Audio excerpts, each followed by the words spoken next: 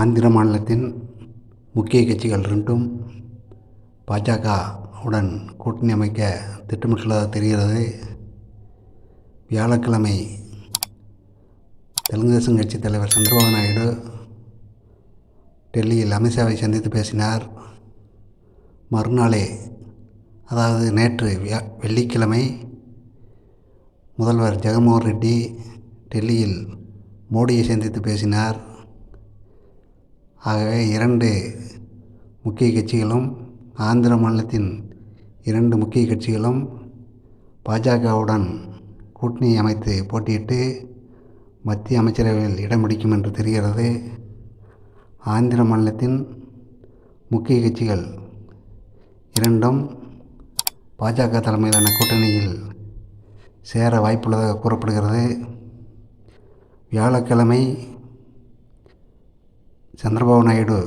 தெலுங்கு தேசம் கட்சித் தலைவர் சந்திரபாபு நாயுடு டெல்லியில் அமித்ஷாவை சந்தித்து பேசினார்.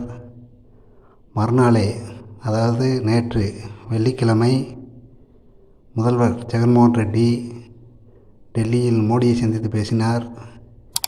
இவ்விரு சந்திப்புகளும் பாஜகவுடன் இரண்டு முக்கிய கட்சிகளும் கூட்டணி சேர்ந்து போட்டியிட்டு வெற்றி பெற்று மத்திய அமைச்சரவையில் இடம் பிடிக்கும் என்று தெரிகிறது.